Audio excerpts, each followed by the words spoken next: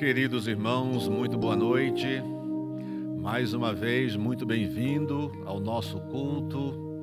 Graças a Deus pela oportunidade que temos de orar juntos, de cantar juntos, de celebrar o nome do nosso Senhor Jesus Cristo. Aos nossos queridos irmãos da Igreja Batista em Vila das Belezas, aos nossos irmãos de outras igrejas que já estamos assim bem familiarizados, né? Participando dos nossos cultos, participando das nossas lives também. Tem sido uma alegria muito grande observar a presença e a participação de vocês em nossos cultos. Deus seja louvado por isso e o nosso coração se alegra bastante. Aos nossos irmãos, parentes, amigos de longe, de outros estados, de outros lugares, de outros países que acompanham também o nosso trabalho, nossa gratidão a Deus em primeiro lugar, mas também muito obrigado por sua companhia, por sua presença. Queridos irmãos, no início deste culto, nós vamos orar ao Senhor, pedindo a sua direção, a sua bênção sobre a nossa vida, sobre esse momento em que estaremos aqui celebrando o nome santo do nosso Senhor Jesus Cristo, proclamando com alegria a palavra santa do Senhor, que pode nos fazer sábios para toda a vida. Então vamos orar ao Senhor. Querido Deus, nosso amado Pai, bendito e engrandecido seja o teu santo nome, Senhor, em todo tempo e em todo lugar. Agradecemos-te a bênção deste dia. Agradecemos-te, Senhor, a bênção deste culto, deste encontro de adoração, em torno da tua palavra, sob a tua autoridade, Senhor, e para a tua glória e para a tua honra. Aqui desejamos agradecer as bênçãos recebidas, ó Deus, o teu cuidado permanente na nossa vida. Desejamos também oferecer o nosso tempo, o nosso raciocínio, o nosso coração. Queremos dedicar a este momento especial na nossa vida, para receber a tua palavra santa, para que a nossa vida seja transformada pelo poder da tua palavra e pela iluminação do teu Santo Espírito em nossa mente e em nosso coração, fazendo-nos entender a tua palavra e, por conseguinte, a tua vontade também. Abençoa o teu povo, ó Deus, e recebe este culto que humildemente te oferecemos como uma expressão de fé, como uma resposta também de gratidão dos nossos corações pelas muitas bênçãos que o Senhor nos tem trazido. Abençoa-nos, ó Deus, nós te pedimos, em nome do nosso Senhor Jesus Cristo. Queridos irmãos, vamos louvar ao nosso Deus agora cantando um dos belos hinos do nosso cantor cristão.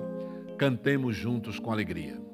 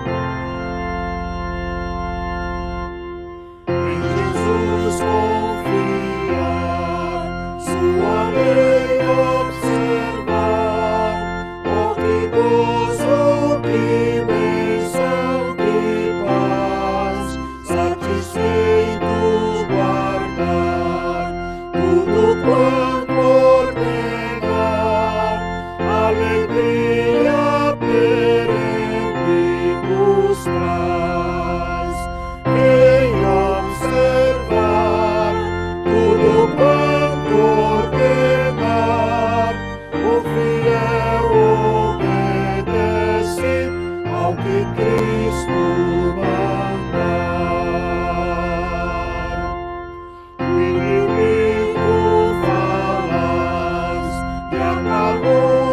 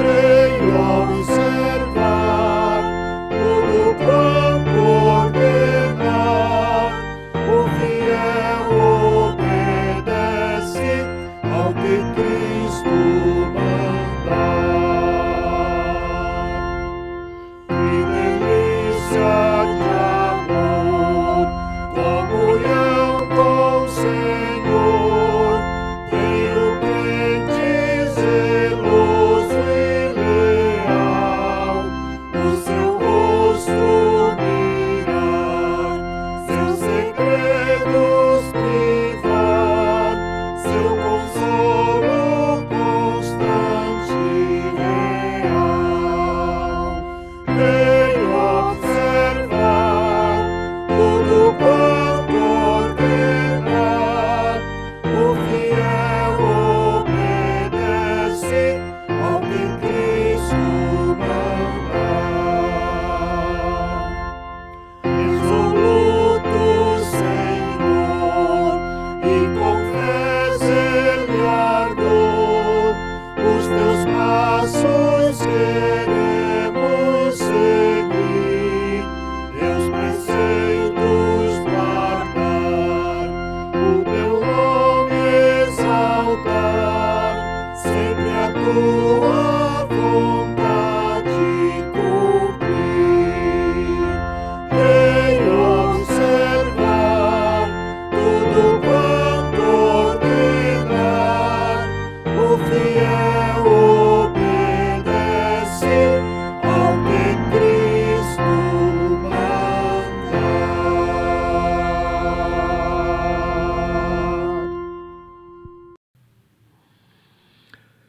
Um dos grandes privilégios que temos como filhos de Deus amados, perdoados, salvos, filhos de Deus, é o privilégio da oração, o nosso diálogo, a nossa comunicação com o Pai Celestial pela oração.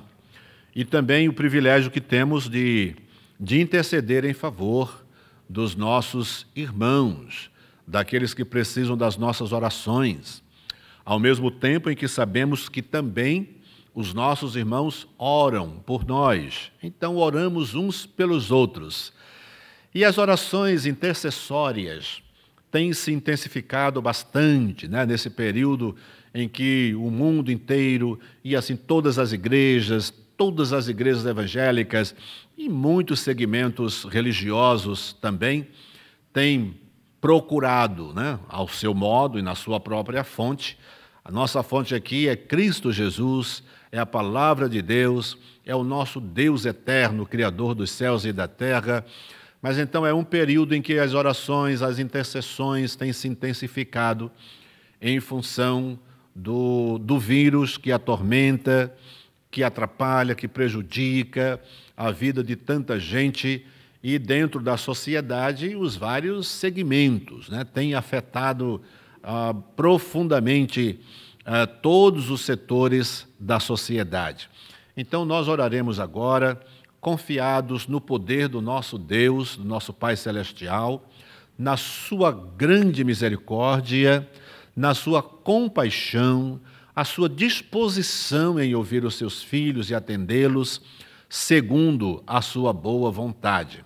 Então vamos orar ao nosso Deus nesse instante, lembrando dos nossos queridos irmãos que estão em tratamento médico, que outros estão se recuperando em casa, e outras pessoas, os nossos queridos irmãos que atuam em hospitais, atuam em clínicas, em laboratórios, que trabalham com segurança pública, enfim, todo mundo que trabalha com atendimento e que está envolvido em atividades essenciais, são essas pessoas que mais se expõem e, graças a Deus, pelo número mínimo que tem de ocorrências, louvado seja o Senhor por isso. Então, continuemos em oração, sustentando esses nossos irmãos, seja preventivamente, seja se contaminados,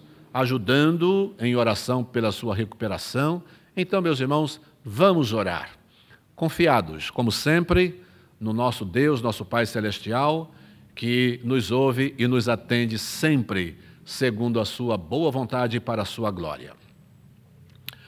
Deus bendito, mais uma vez em tua presença e em nome de Jesus, o nosso mediador, buscando, Pai querido, a tua bênção, a tua misericórdia, a tua compaixão sobre a vida daqueles que estão hospitalizados, a vida daqueles que estão se recuperando em casa, os nossos irmãos e amigos doentes.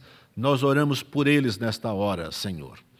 Nós oramos também nessa hora por nossos irmãos que trabalham em serviços essenciais e trabalham no atendimento ao público.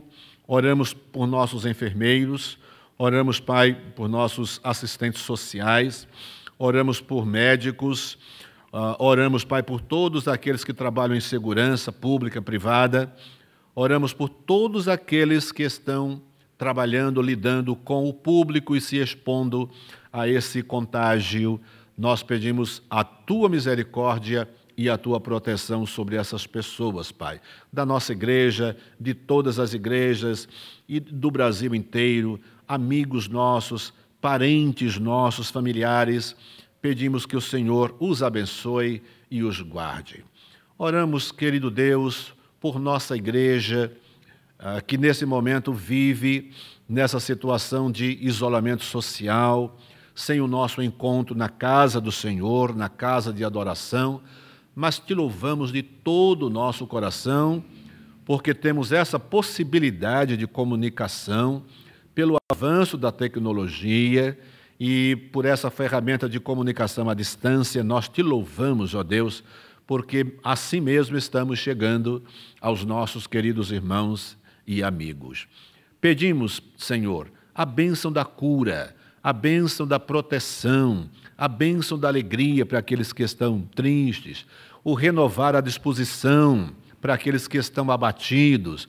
Ó Deus, que Cristo Jesus, a nossa esperança, continue sendo também o motivo primário da nossa alegria, para que não nos desanimemos, ó Deus, não nos entristeçamos, mas mantenhamos os nossos corações alegres e a nossa esperança gloriosa em Cristo Jesus, o nosso Salvador, em nome de quem nós oramos. Amém. Meus queridos irmãos, vamos meditar na palavra do Senhor. O texto escolhido para a nossa consideração nesta noite é o capítulo 13 do Evangelho de Mateus. Esse é um capítulo muito interessante, porque ele traz várias parábolas ensinadas pelo nosso Senhor Jesus Cristo, e é um capítulo dedicado a mostrar como é e como será o reino dos céus, já plenamente implantado entre nós. Mas como é este reino? A visão do reino dos céus, apresentado aqui por Mateus, claro, inspirado pelo Espírito Santo, escreveu, registrou os principais ensinos, parábolas do nosso Senhor Jesus Cristo e dedicou o capítulo 13 a mostrar a dinâmica do reino dos céus. Então, a nossa consideração, ela vai em todo esse capítulo. Mas eu separei o verso de número 17 e até coloquei nas minhas anotações aqui, chamei o verso 17 de texto áureo.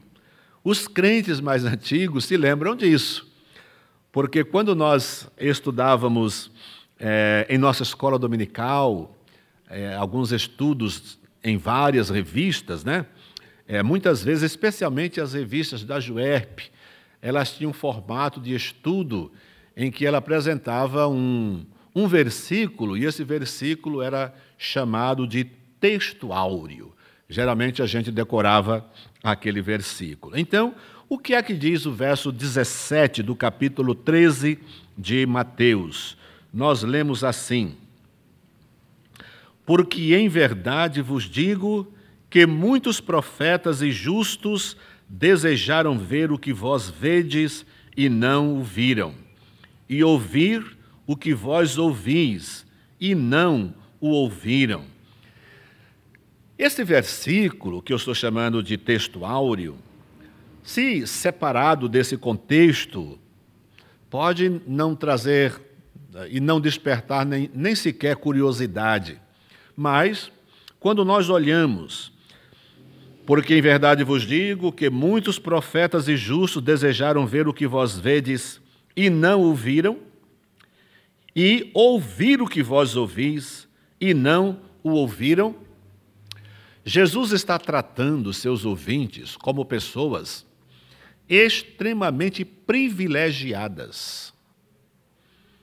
Profetas, homens santos de Deus, extremamente obedientes, zelosos, extremamente zelosos pela mensagem recebida de Deus e a incumbência de transmitir essa mensagem ao povo de Israel. Então, profetas e muitos homens justos, porque já no Antigo Testamento, em função da sua fé, na esperança, na promessa divina, essa fé lhes foi imputado como justiça. A justiça de Cristo Jesus, a justiça divina em Cristo Jesus, beneficiou, alcançou aqueles do Antigo Testamento que viveram nessa gloriosa esperança. Aqueles homens desejaram ardentemente ver, disse Jesus, o que aquela multidão estava vendo, o que os seus discípulos estavam vendo, e ouvir o que eles estavam ouvindo e não ouviram. E quando a gente lê o Evangelho de Mateus, num contexto maior, evidentemente, mas quando a gente lê o capítulo e a gente observa como Mateus cuidou tão bem de organizar e mostrar uma sequência extraordinária de parábolas e de ensinos de Jesus Cristo, aqui no capítulo 13, mostrando essa dinâmica do reino de Cristo Jesus, aí a gente pode entender o significado desse verso 17 com um significado extraordinário. Então nós vamos olhar a dinâmica do reino de Cristo aqui, do reino dos céus, no capítulo 13. Então vamos a algumas lições que a leitura, a observação do capítulo 13 nos mostra. Então vamos imaginar e vamos inicialmente mostrar pelo menos três grupos de conhecimento extraordinário que depreende desse capítulo 13 em suas várias parábolas e os vários ensinamentos e as várias considerações que podem ser extraídas daí. Então, estamos falando sobre o reino dos céus. O reino dos céus, no capítulo 13, ensina algumas coisas interessantes. A primeira grande lição que nós encontramos aqui é que o reino dos céus ensina os seus súditos, entre eles nós estamos, a escutar. Nós vamos observar, através de algumas parábolas, a importância do cidadão do reino dos céus saber escutar. Não é à toa que nós encontramos bem recorrente em toda a Bíblia, né, essa expressão: quem tem ouvidos para ouvir, ouça. Ou ouça o que o Espírito diz à igreja, às vezes, com esse complemento.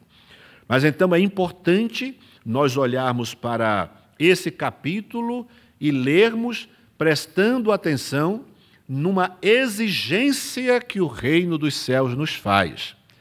Ele exige que nós sejamos bons ouvintes, ouvintes especiais, quando diante de uma exposição da palavra de Deus. Este capítulo nos ensina também sobre a amplitude do reino. Em geral, e em função do que acontece hoje, né, em que muitos irmãos se sentem assim, se sentem acuados. Alguns dizem assim: por que é que a igreja se encontra desse jeito? Ora, a igreja é o reino dos céus, que está se desenvolvendo, mas não em toda ainda a sua plenitude, claro. Então, esse capítulo mostra a amplitude do reino, o que é ele agora, mas o que virá a ser esse reino dos céus.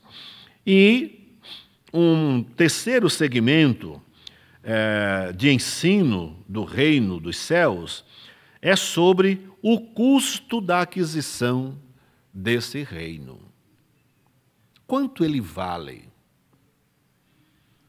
E sendo conhecedor desse reino, qual é o tamanho da disposição do homem? Qual é o tamanho do seu sacrifício pessoal? De que será que esse homem está disposto a abrir mão, a renunciar, para trazer esse reino para si, ou para adentrar a esse reino? Então, com esse direcionamento, nós vamos verificar alguns blocos, né, de textos em que cada bloco trata de uma situação específica, trazendo uma lição importante para a nossa vida. Nós encontramos aqui várias parábolas. A primeira parábola que se apresenta aqui no capítulo 13 é a parábola do semeador, uma das grandes parábolas ensinadas por Cristo Jesus. E é muito interessante, é uma história conhecida, nós sabemos que a parábola do semeador é a história de um semeador que ele sai com um tipo de semente, e é uma boa semente, e ele faz a sua semeadura. E aí, como vocês se lembram, uma parte cai perto do caminho, outra parte cai entre pedras, outra parte cai entre espinhos, e outra parte cai numa boa terra, e em cada uma dessas diferentes terras onde a semente chega, a resposta é diferente, o resultado é diferente.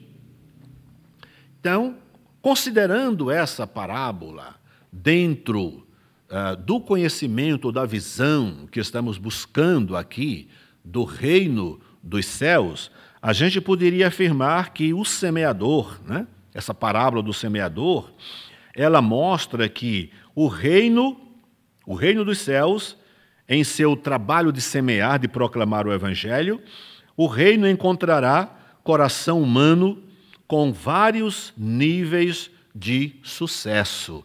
Não é esse o resultado daquela parábola? Você se lembra que o resultado é diferente. A semente que caiu à beira do caminho, o resultado é um. A semente que caiu entre pedras, o resultado é outro. A semente que caiu entre espinhos, o resultado também é diferente. E, finalmente, um que cai na boa terra e o resultado também é diferente. É a mesma semente. O evangelho é o mesmo. Quando ele é proclamado, o evangelho é o mesmo. Em todos os solos, em todas as terras e, na verdade, em todos os corações. Mas o que essa parábola nos mostra é que há uma diferença nos corações. Então, o coração humano, né, pensando na sociedade, o campo onde nós proclamamos o evangelho, há vários níveis de sucesso. Quer dizer, as pessoas não estão com seus corações igualmente preparados, com a mesma intensidade, com a mesma expectativa, com o mesmo desejo. Isso vai nos ensinando como o reino dos céus é visto por uma pessoa, como é visto por outra. O desejo que uma pessoa tem ao tomar conhecimento desse reino, o que ele é, como nasceu e o futuro desse reino. Então, os desejos dos corações são diferentes. Por isso, o resultado também é diferente, o que nos leva ao entendimento de que a palavra de Deus, que é a semente do evangelho, ela tem a expectativa de encontrar corações não apenas abertos, mas corações com um nível de interesse bastante grande para que a semente tenha condições de ali germinar e brotar e produzir. É interessante que esse texto mostra que depois de Jesus falar esta parábola, os discípulos levantam uma questão ao próprio Jesus Cristo: por que é que Jesus está ensinando por parábola, né?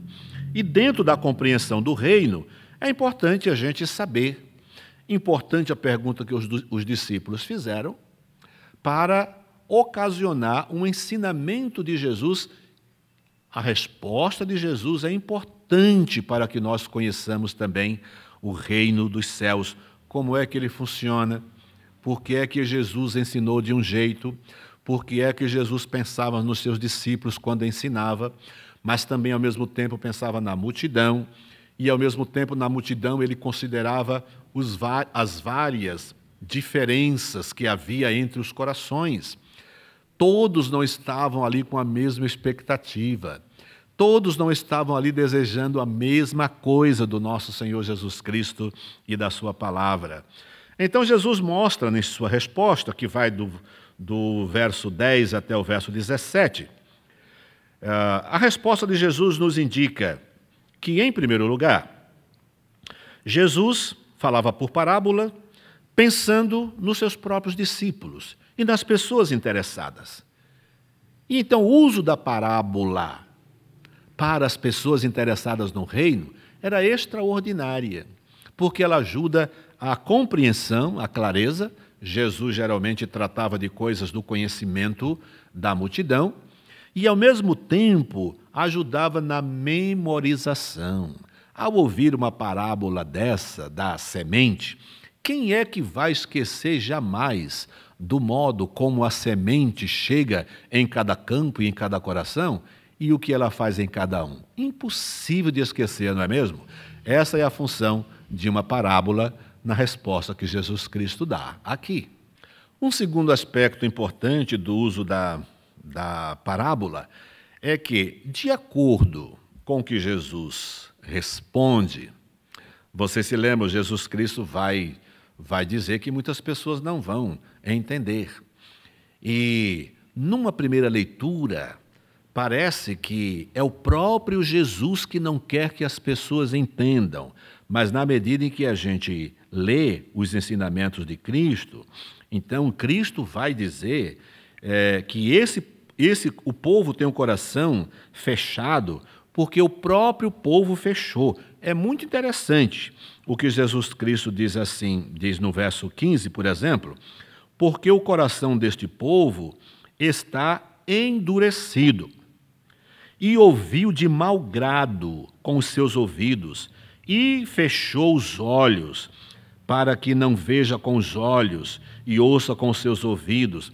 Então vejam que Jesus está dizendo que muita gente, ao ouvi-lo, ouve não apenas com um desinteresse, mas com má vontade e com um interior, um sentimento interior fortíssimo de resistência.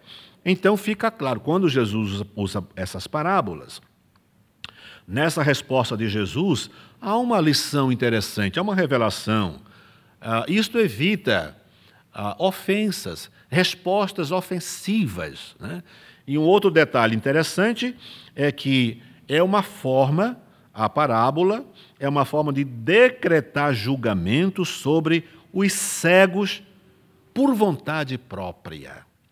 Nessa resposta de Jesus, orientando os discípulos sobre o porquê o uso da parábola, Jesus está mostrando, Jesus está respondendo que aos discípulos ele responde porque isso vai ajudar a memorizar, e a tornar mais claro. Mas para aqueles indispostos em receber a mensagem do Evangelho, o uso da parábola evita reações ofensivas.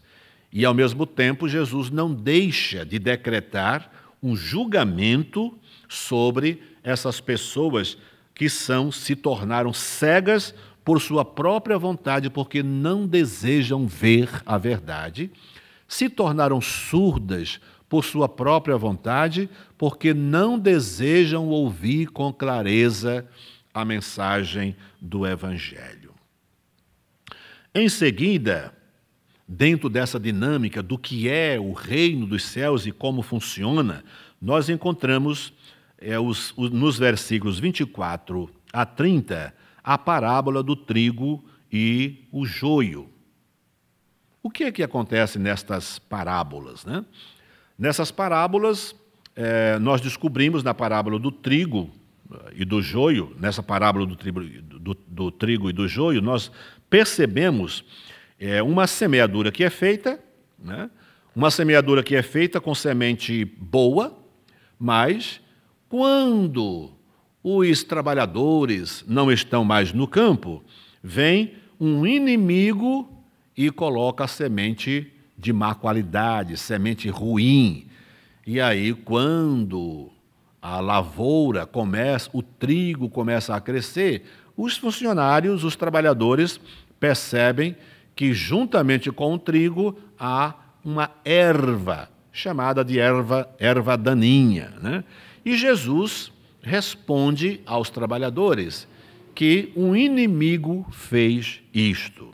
Então, essa parábola, qual o sentido dessa parábola, o objetivo dessa parábola, né?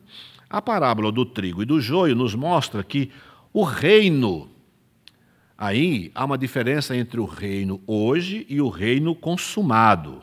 O reino consumado será diferente do reino presente. Como o reino dos céus vive hoje, e a gente pode pensar nisso quando a gente olha para a igreja, uma igreja local, né? Numa igreja local é interessante, como a nossa igreja, é interessante como, em vários momentos, nós levantamos várias questões sobre as pessoas que estão na igreja. Notadamente, né, se percebe que nem todo mundo que está na igreja, nem todos os seus membros, nem todos os agregados, nem todos os que frequentam a igreja, são trigo. Parecem ser, mas de vez em quando percebe-se uma atitude, uma palavra, uma conduta que não é própria dos cidadãos do reino. Como isso é possível? E como é que alguns deles estão há tanto tempo? Então, com essa parábola, Jesus carinhosamente nos ensina, nos faz ver que o reino consumado será diferente. Quer dizer, lá na frente, você não pode ter uma ideia geral e final do reino dos céus olhando para o reino na situação em que ele está hoje. Então, hoje, quer dizer, atualmente, os filhos do reino e os filhos do mal vivem juntos. E eu sei que isso é um tema de inquietação para muitos de nós. É para mim e sei que é para você também. O que é que a gente poderia fazer para evitar que no meio do povo de Deus estivessem também pessoas que não fazem parte dele e que claramente foram colocadas, Satanás deu um jeito de colocar gente dentro da igreja para produzir o mal, para produzir inquietação, para produzir separações, cismas, brigas, desentendimento dentro da própria igreja. Mas aí é interessante ver. Os trabalhadores se prontificaram, disseram: Senhor, se quiseres, a gente vai lá e separa. A gente vai e arranca o joio. E Jesus Cristo, ele diz em sua parábola que o proprietário diz assim: não, vamos deixar os dois crescerem juntos, porque neste momento da lavoura, do tamanho do trigo e da erva daninha, é impossível perceber o que é e o que não é. Queridos irmãos, a gente quando lê, a gente olha e a gente medita nesta passagem, a gente entende, com certo pesar, porque a gente gostaria de ter capacidade para saber o que é e o que não é. O que parece ser, mas não é. mas não temos essa capacidade. Jesus Cristo sabiamente deixa isso claro.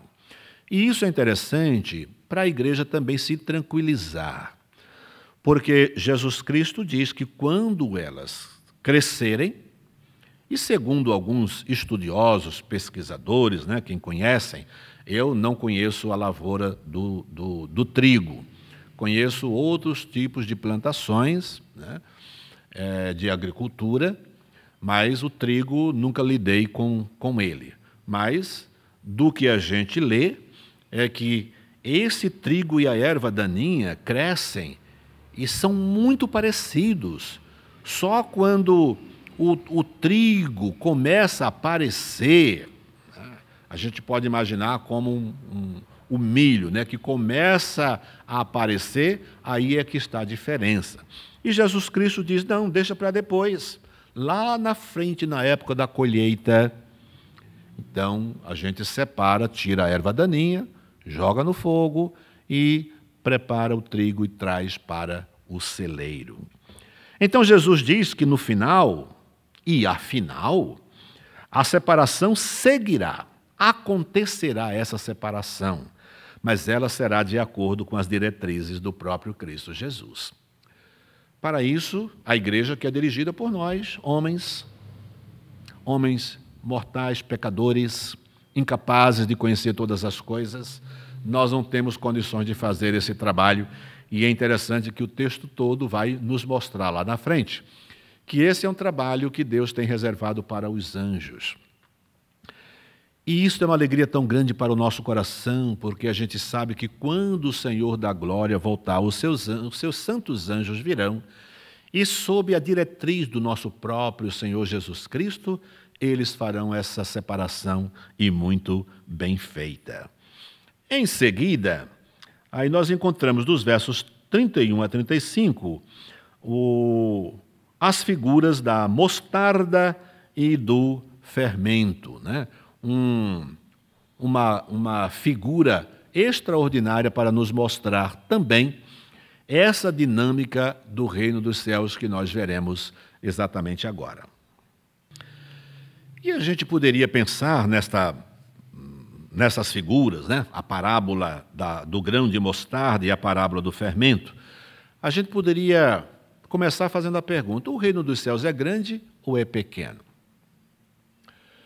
Vejam os elementos que Jesus usa para dizer o reino dos céus é semelhante a um grão de mostarda e um fermento.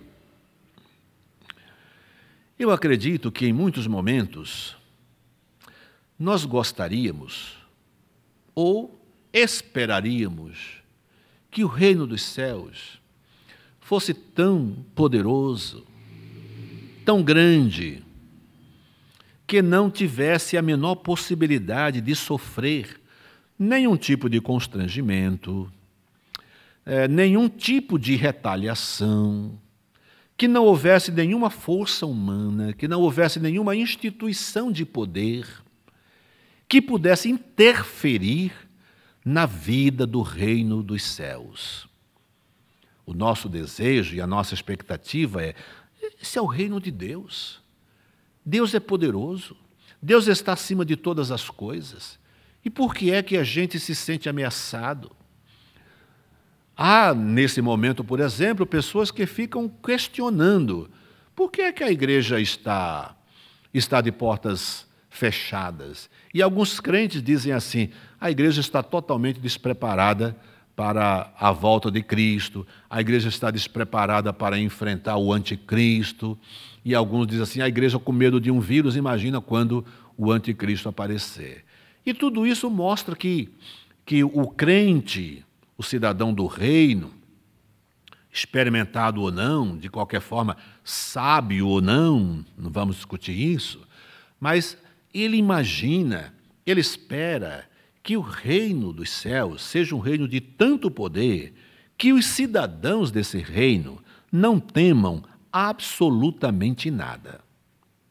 Jesus não teve a ideia de mostrar que o seu reino, naquele momento, era um reino capaz de produzir medo e afastar todo mundo da frente para que ele fosse crescendo, ocupando todos os espaços, alcançando todo mundo e resgatando todas as pessoas perdidas debaixo do poder da escravidão, das correntes de Satanás e trazê-las todas para o reino. Embora Cristo tenha afirmado isso, ele vai afirmar lá no capítulo 16, que as portas do inferno não prevalecerão, quer dizer, não resistirão o avanço firme da igreja e do reino dele, da pregação do evangelho. E é verdade. Mas a parábola do grão de mostarda e do fermento mostra que esse crescimento é um processo lento. O reino de Deus vai crescendo, o reino dos céus vai crescendo na medida em que o evangelho é proclamado, na medida em que corações, lembram-se da parábola, né, dos níveis de interesse do coração humano, na medida em que o evangelho é proclamado e ele encontra corações prontos para receber a palavra, porque muitos receberão, mas em níveis diferentes. E cada coração que recebe, por exemplo, dentro daqueles 3 grupos primeiros, antes da terra boa, essas pessoas até virão, muitas delas, para o reino, mas não são do reino. Então, esse processo de crescimento, de estabilização do reino, né, de alcance do reino, é um trabalho que é lento. Por isso, devemos imaginar e esperar, à luz do que Cristo ensina, de que a nossa visão do reino hoje é essa, mas a nossa visão é o que virá a ser esse reino. Aí a gente pode imaginar um reino extraordinário, porque sendo pequeno, considerando a quantidade de gente no mundo ainda fora desse reino, já o poder do evangelho é extraordinário, tão extraordinário, que pode mudar completamente, pode fazer o morto ressuscitar. O homem está espiritualmente morto, o reino dos céus chega com a palavra de Deus, o Espírito Santo trabalha naquele coração à luz do poder da palavra e essa pessoa se regenera, ela nasce de novo, é uma nova vida. E esta sim, boa terra, bom coração, faz parte do reino do nosso Pai Celestial. Os versículos 44 a 46, nesse bloco de versículos, Jesus Cristo fala sobre o valor, o tesouro, as parábolas do tesouro e da pérola, né? Então Jesus diz que o reino dos céus é semelhante a um homem, ou uma preciosa pérola, ou a um grande tesouro em que o homem interessado e que descobre esse tesouro, ele vende tudo e pega todo o dinheiro para adquirir esse tesouro que é o reino dos céus. O que Jesus está dizendo com isso, né? Geralmente, esta parábola, ela é interpretada dizendo que o homem deve desfazer-se de tudo que tem para possuir esse reino. Essa é a interpretação mais comum. Mas, na verdade, a gente pode imaginar, à luz de todo o capítulo 13 de Mateus, é possível a gente imaginar que, na verdade, ele aponta para o próprio Cristo. Não é o que o homem pode fazer para adquirir, para possuir esse reino, mas é o que Cristo fez para garantir este reino. O que é que você poderia fazer? Quanto você tem? E, na verdade, se tudo que você possuísse você vendesse para comprar esse reino, você poderia comprá-lo? Eu prefiro pensar que essa parábola aponta para o próprio Cristo Jesus. Embora ela faça essa comparação com o homem, mas ela aponta para o que Cristo fez na cruz do Calvário. ele deu-se a si mesmo para garantir este reino dos céus e uma porta aberta para que todos os que creem possam entrar. Jesus Cristo deu-se a si mesmo.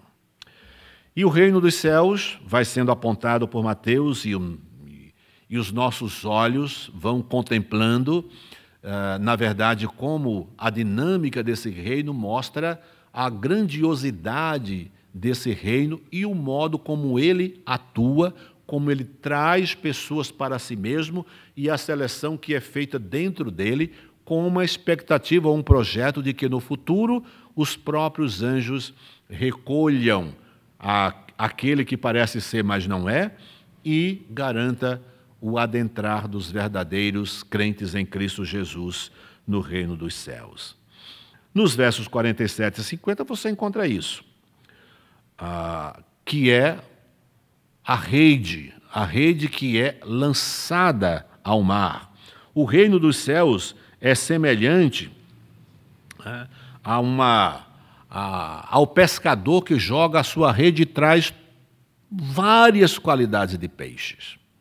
E quando ele puxa, ele passa a separar aqueles que interessam, aqueles que servem e aqueles peixes que não servem, e a separação assim é feita. O que é que aprendemos com isso? O reino dos céus atrairá todos os tipos de pessoas. Vejam como isso concorda com a parábola do semeador. Veja isso como concorda também com a parábola do joio e do trigo. Então, essa dinâmica do reino de avançar e pela pregação, que é o semear a semente, é o plantar a semente, é lançar a rede, são modos como o Evangelho é apresentado em sua pregação aqui. E ele traz todo tipo de pessoas. Alguns serão considerados, no final, impenitentes pelos anjos na sua consumação, já que Cristo diz que os anjos farão esse trabalho de separação.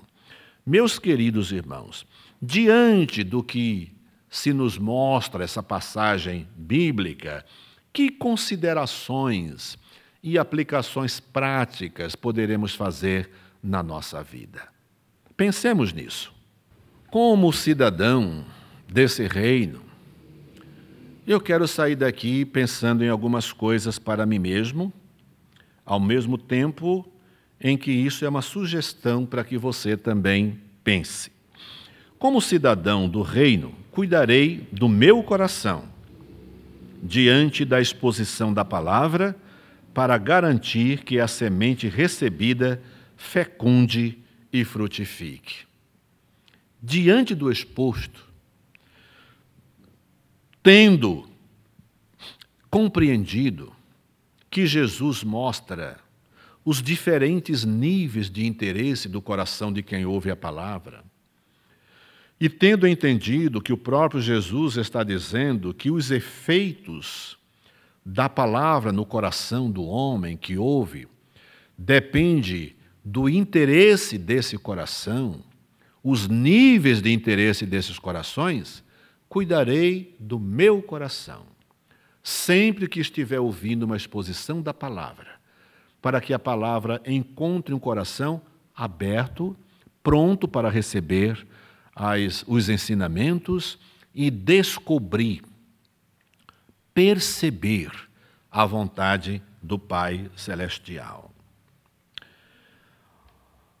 Uma outra coisa que nós precisamos entender e depreender do que nós temos visto até aqui é que o reino dos céus pode e quer preparar-nos para a escolha que será feita pelos anjos sob a diretriz do nosso Senhor Jesus Cristo.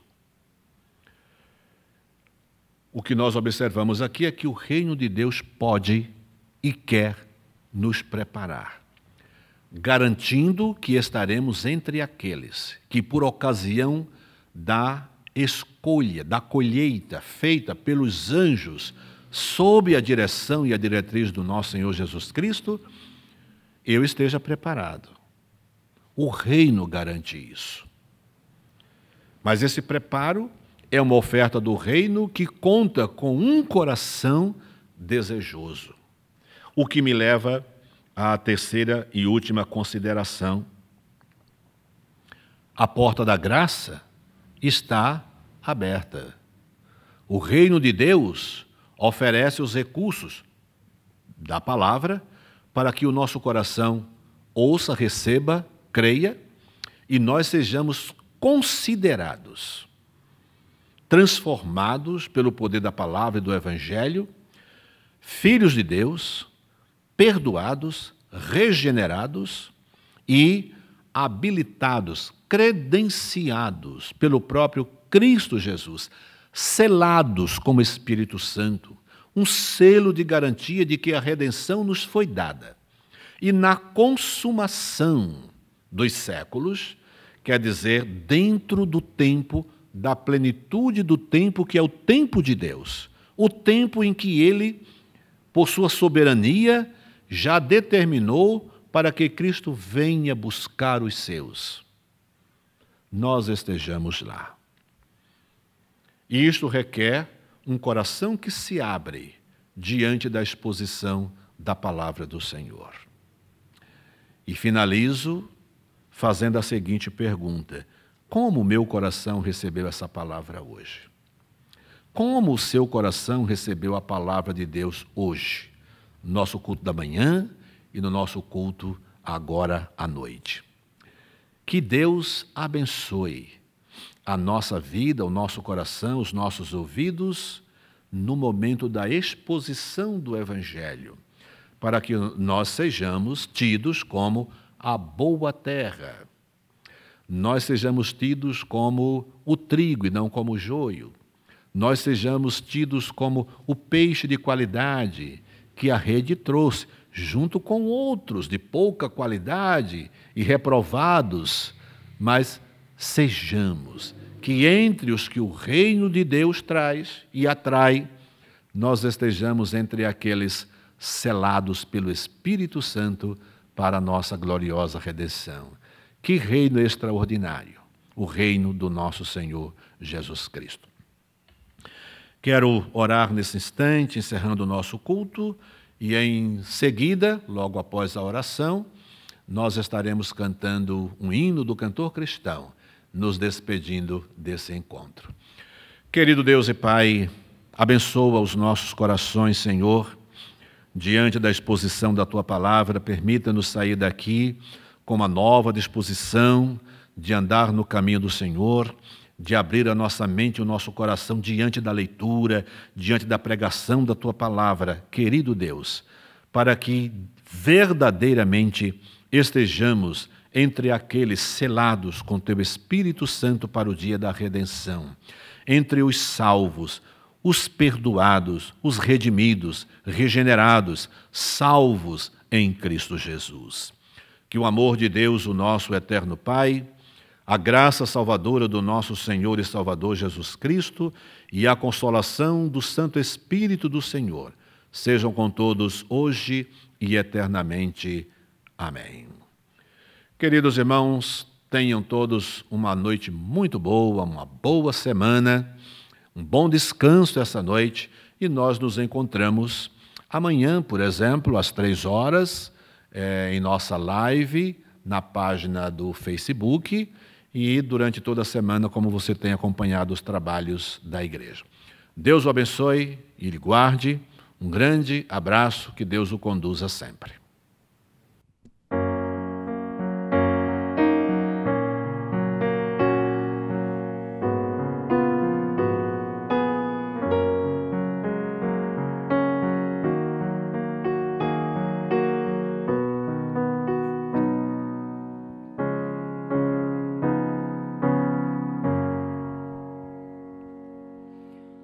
Senhor Jesus,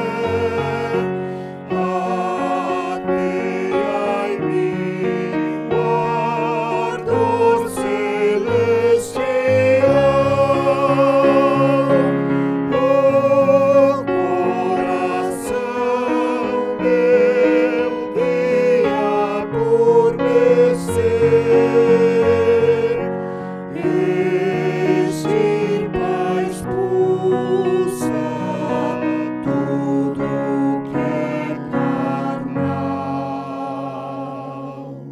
Nem tu fazer em minha habitação.